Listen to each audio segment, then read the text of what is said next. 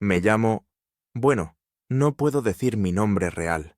Trabajé 15 años para la DEA en operaciones contra cárteles mexicanos.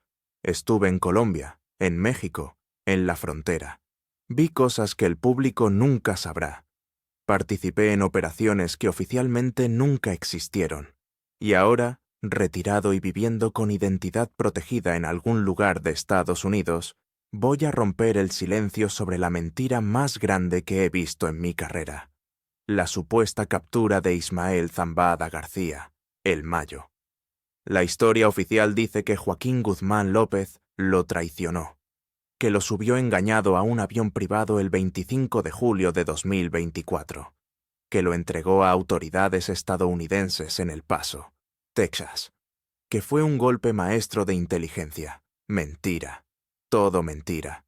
Yo estuve ahí, no físicamente en el aeropuerto, pero sí en las reuniones previas, en las negociaciones secretas, en las comunicaciones encriptadas, y voy a contar todo.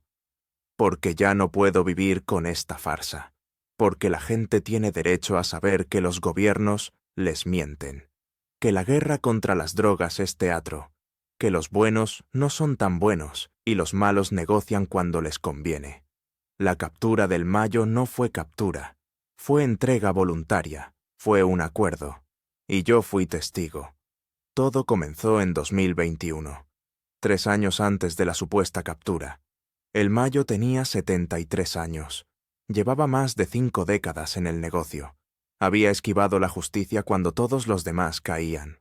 El Chapo preso, los Arellano Félix destruidos, los Beltrán Leiva fragmentados, los Zetas desmantelados.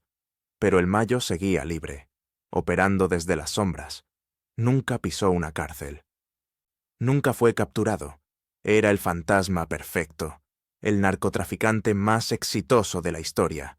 Pero tenía un problema, la edad.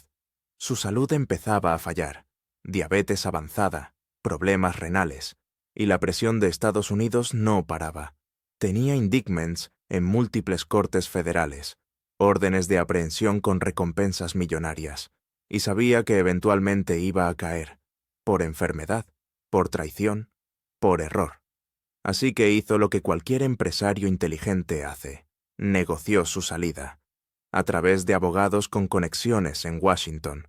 A través de intermediarios con acceso a la DEA y al Departamento de Justicia. Empezaron conversaciones exploratorias, discretas, negables. Conversaciones sobre qué pasaría si el Mayo decidiera entregarse. ¿Qué tipo de trato podría conseguir? ¿Qué garantías tendría? Y ahí fue cuando yo entré.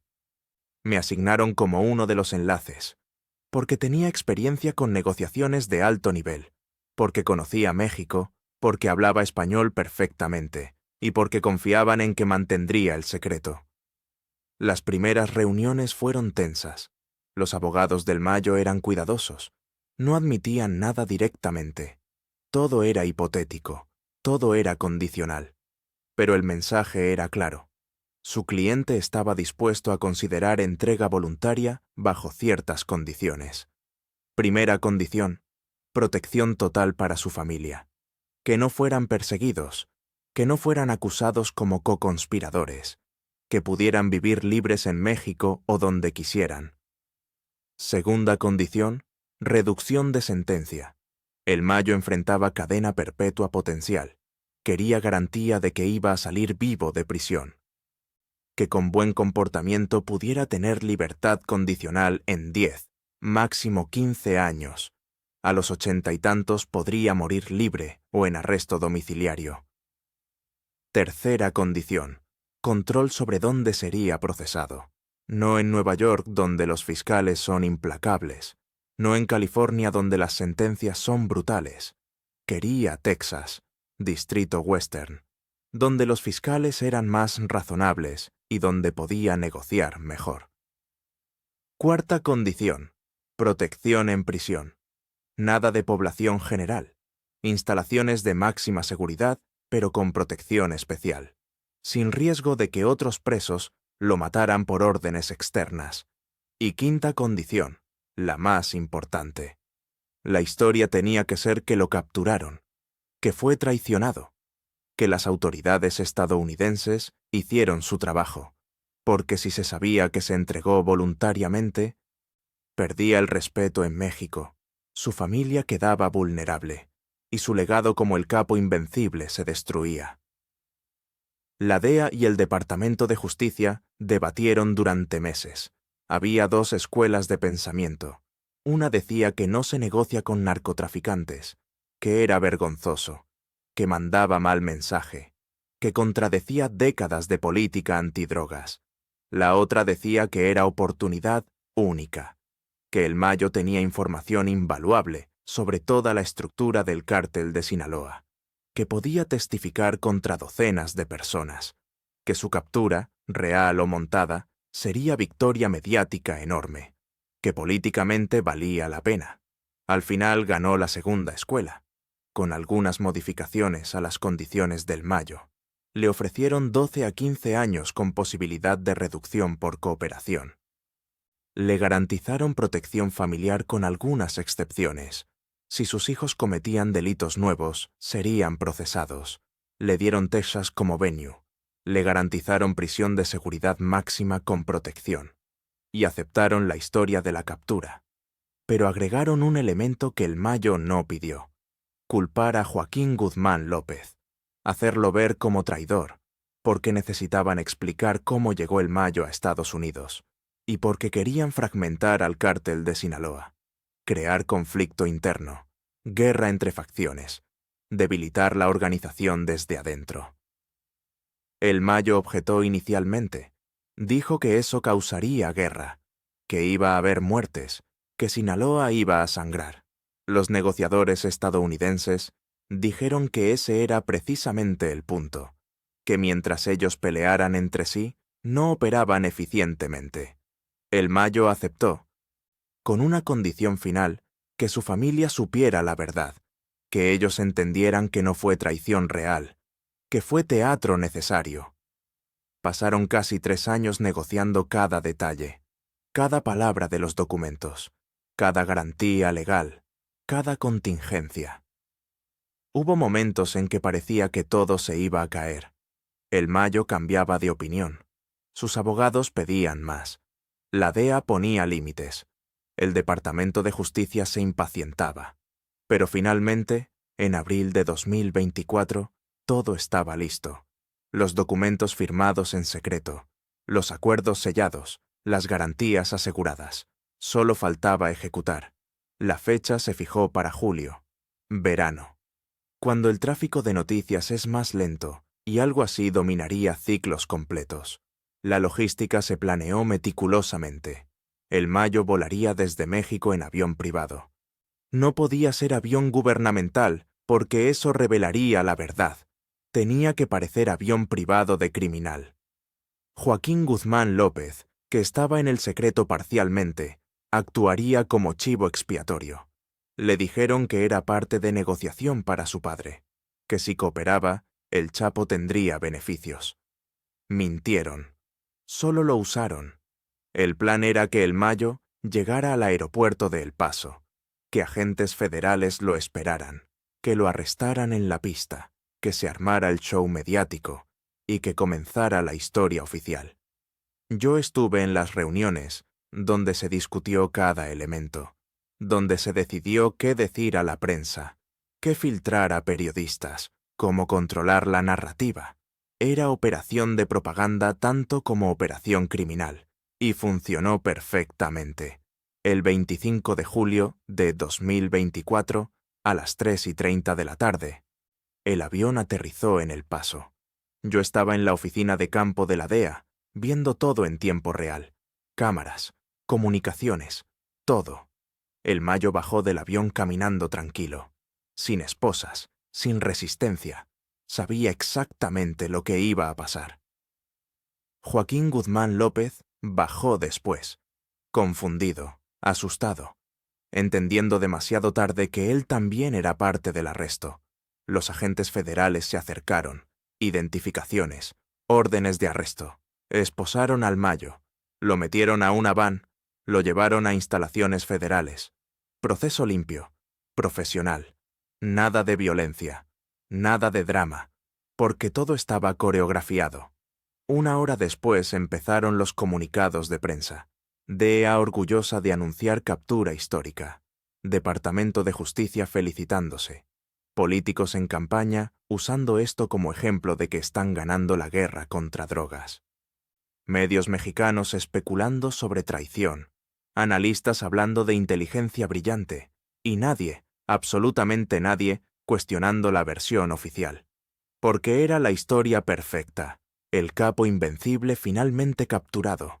El hijo del Chacho traicionando al mentor de su padre. Drama, acción, justicia servida. Pero todo era mentira. Yo lo sabía, los agentes senior lo sabían, los abogados lo sabían, los fiscales lo sabían, y el Mayo lo sabía mejor que nadie, porque él había escrito el guión. Nosotros solo lo ejecutamos. Las semanas siguientes fueron teatro puro. El Mayo compareció ante juez federal en Texas. Se declaró no culpable, como estaba planeado. Sus abogados pidieron fianza, negada como esperábamos. Lo trasladaron a prisión de máxima seguridad, con protección especial como prometimos. Y empezaron las audiencias preliminares, donde la fiscalía presentó evidencia masiva, décadas de tráfico de drogas, miles de kilos, millones de dólares, violencia, corrupción, todo documentado, todo real. Porque el Mayo sí era criminal, sí había hecho todo eso. No estábamos inventando cargos, estábamos procesando crímenes reales, solo que la forma de llegar aquí fue mentira. En México explotó la guerra que predijimos, la facción del Mayo contra los Chapitos. Sinaloa se convirtió en zona de batalla. Cientos de muertos, desaparecidos, violencia extrema. Todo porque vendimos la historia de traición. Todo porque necesitábamos fragmentar el cártel. Y funcionó. Funcionó demasiado bien. Sinaloa se desangró. Y nosotros vimos desde acá sabiendo que habíamos causado eso, que habíamos mentido para causar guerra, y que esa guerra servía a nuestros intereses. Porque un cártel dividido es menos efectivo, menos peligroso, más vulnerable. Esa era la estrategia. Cínica, maquiavélica, pero efectiva. Y yo fui parte de eso.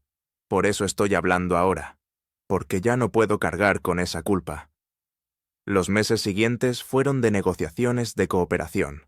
El Mayo empezó a hablar, a dar información, nombres, ubicaciones, estructuras, rutas, conexiones con políticos, conexiones con empresarios, décadas de conocimiento sobre la operación más sofisticada de narcotráfico en la historia. Entregó todo, porque ese era el trato. Cooperación total a cambio de reducción de sentencia. Sus declaraciones han resultado en docenas de indictments nuevos, órdenes de aprehensión, operativos, capturas, algunos en México, otros en Estados Unidos, otros en Sudamérica, Europa, Asia. El alcance de su red era global. Y ahora toda esa red está siendo desmantelada. Con su cooperación, con su información. ¿Es bueno para la sociedad? Sí. ¿Se están arrestando criminales? Sí. ¿Se está desarticulando tráfico de drogas? Hasta cierto punto. ¿Justifica la mentira? No lo sé. Esa es la pregunta que me quita el sueño. Porque logramos resultado positivo con métodos cuestionables. Capturamos al Mayo. Está cooperando. Otras personas están cayendo. Pero lo hicimos mintiendo al público, causando guerra en Sinaloa, usando a Joaquín Guzmán López como chivo expiatorio, construyendo narrativa falsa. ¿El fin justifica los medios?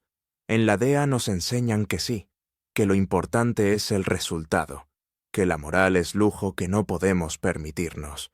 Pero yo ya no estoy en la DEA, y desde afuera veo esto diferente. Veo que construimos sistema basado en mentiras. Y las mentiras siempre tienen consecuencias. La familia del Mayo está protegida como prometimos. No han sido procesados. Viven libremente, algunos en México, otros en Estados Unidos, con identidades protegidas en algunos casos. El gobierno estadounidense cumplió esa parte del trato, porque necesitaban que el Mayo cooperara completamente. Y él no iba a cooperar si su familia estaba en peligro. Así funciona. Negocias. Das algo. Recibes algo. Es transacción. No es justicia en el sentido puro. Es justicia pragmática. El Mayo va a salir de prisión eventualmente. Probablemente en 10 años. Con 80 y tantos años.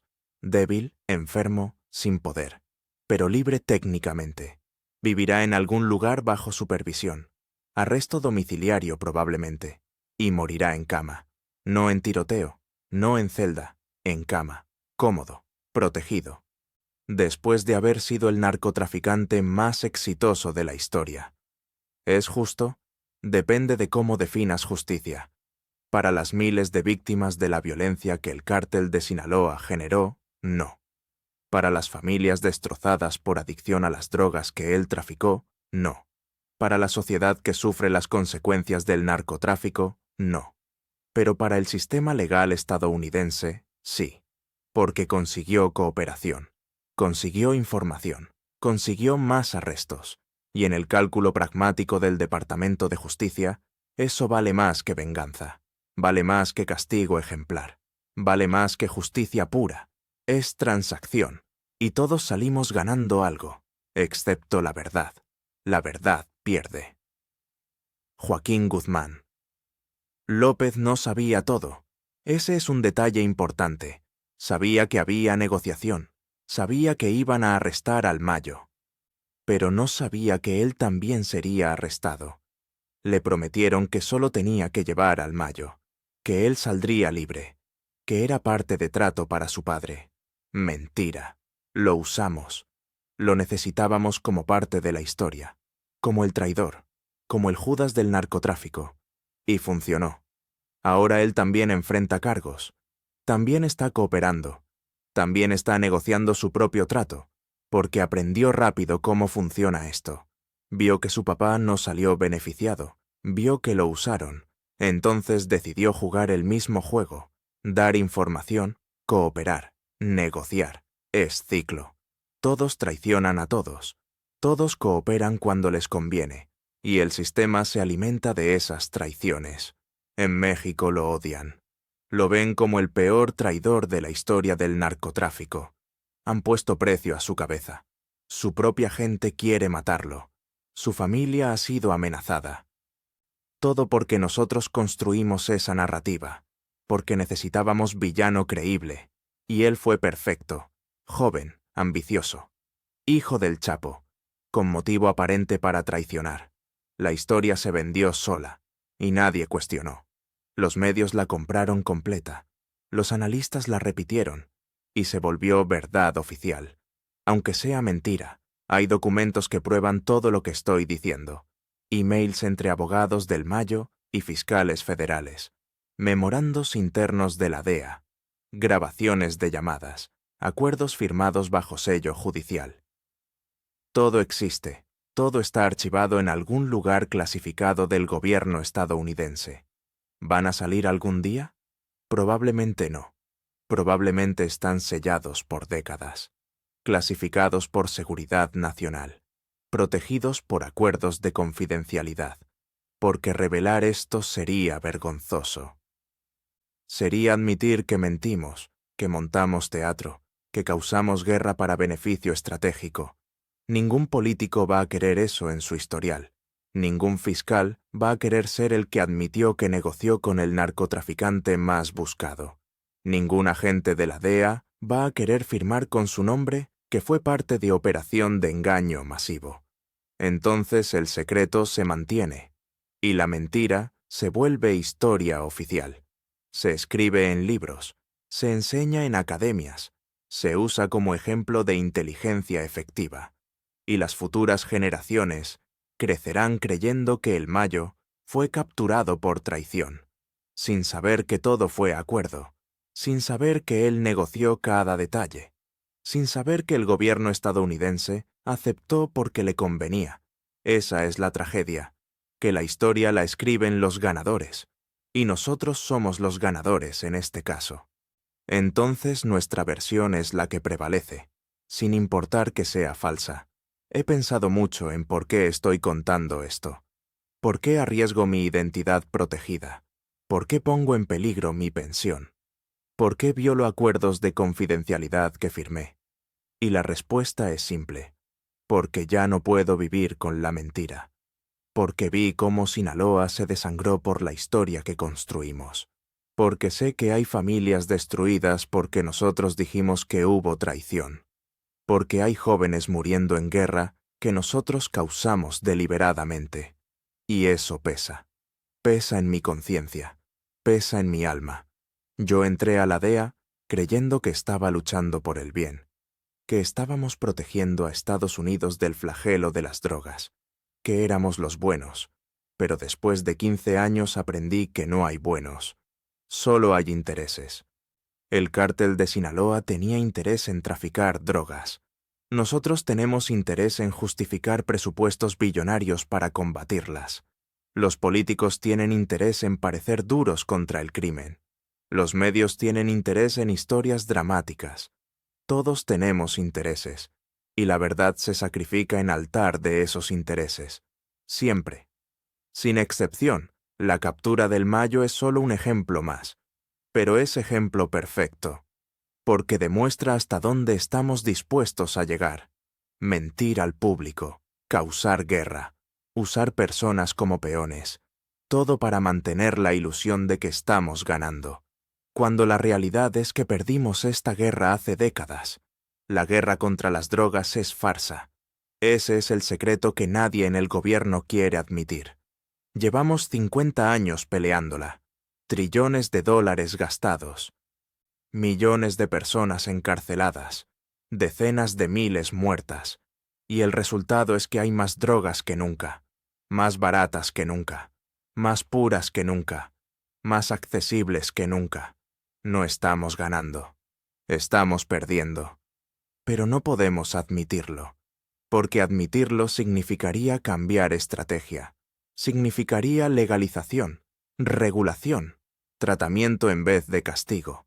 Y eso no es políticamente viable. Entonces seguimos con la farsa. Seguimos arrestando narcotraficantes. Seguimos decomisando cargamentos. Seguimos celebrando victorias. Mientras el problema crece. El Mayo lo entendió. Por eso negoció. Porque sabía que el sistema necesita arrestos de alto perfil. Necesita poder decir que capturó al capo más buscado. Entonces, les dio lo que necesitaban. Y ellos le dieron lo que él necesitaba. Todos ganaron.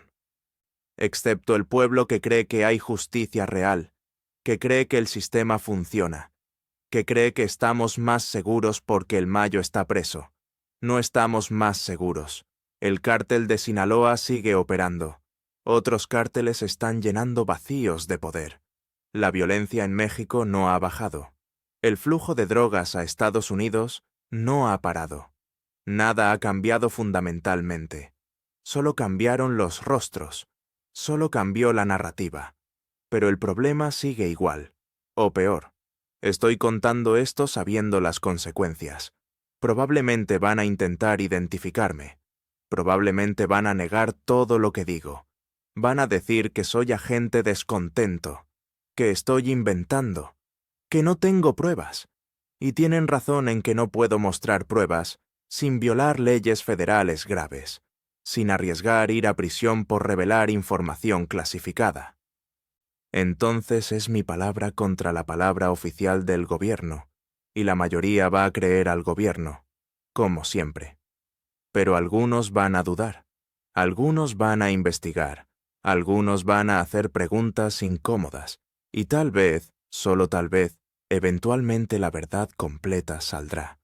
No mañana, probablemente no en esta década, pero algún día, cuando los documentos se desclasifiquen, cuando otros agentes hablen, cuando periodistas conecten puntos, la verdad tiene forma de salir eventualmente, y cuando salga, espero estar vivo para ver cómo el público reacciona, para ver si les importa que les mintieron, para ver si hay consecuencias para quienes construyeron esta farsa. Probablemente no las habrá. Probablemente dirán que era necesario, que el fin justificó los medios, que hicimos lo correcto dadas las circunstancias, y la vida seguirá. Porque así funciona. Los poderosos nunca pagan, solo los peones pagan. Y el Mayo, por irónico que parezca, dejó de ser peón. Se volvió jugador, negoció su salida y ganó. La moraleja de esta historia, si es que hay una, es que nada es lo que parece. Que las historias oficiales siempre deben cuestionarse. Que los gobiernos mienten cuando les conviene. Y que la justicia no es ciega. Es pragmática, es negociable, es transaccional. El Mayo Zambada no fue capturado, se entregó. Joaquín Guzmán López no lo traicionó realmente. Fue usado como parte de teatro. La DEA no hizo trabajo brillante de inteligencia, solo ejecutó acuerdo negociado. Y todo fue montado, cuidadosamente, deliberadamente, con intención de engañar a México, a Estados Unidos, al mundo, porque mantener la ilusión es más importante que decir la verdad. Porque admitir que negociamos con el narcotraficante más buscado sería debilidad, sería vergüenza, sería admitir que la guerra contra drogas no se puede ganar por medios tradicionales. Entonces mentimos, construimos narrativa heroica y la vendemos al público, que la compra, porque quiere creer, porque necesita creer que hay justicia, que hay orden, que los malos pierden y los buenos ganan. Pero la realidad es más compleja, es más gris, es más sucia, y yo ya no puedo pretender que no lo es. Por eso hablo, por eso confieso, por eso arriesgo todo para decir, nos mintieron.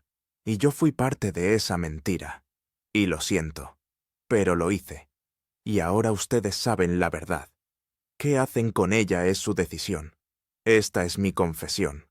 La verdad detrás de la captura más mediática del narcotráfico moderno. La verdad que el gobierno no quiere que sepan. La verdad que destruye la narrativa heroica. Soy exagente de la DEA. Trabajé esta operación, estuve en las reuniones, vi los documentos, sé lo que pasó realmente. Y ya no puedo callar. El Mayo Zambada negoció su captura. El gobierno estadounidense aceptó porque les convenía. Joaquín Guzmán López fue usado como chivo expiatorio. Se causó guerra en Sinaloa deliberadamente. Y todo fue mentira desde el principio. Esa es la verdad, cruda, incómoda, vergonzosa, pero verdad. Y la verdad merece ser dicha, sin importar el costo, sin importar las consecuencias, porque vivir en mentira es peor que enfrentar verdad dolorosa. Y espero que al contar esto, al revelar el engaño, al exponer la hipocresía, pueda dormir un poco mejor, pueda cargar un poco menos culpa, pueda vivir sabiendo que al menos intenté hacer lo correcto al final. Aunque haya participado en lo incorrecto durante años, esta es mi redención, mi confesión, mi intento de balanza. Y ahora ustedes saben, el Mayo no fue capturado, se entregó, y nosotros montamos el show. Esa es la verdad que nadie quiere escuchar, pero que necesitan saber.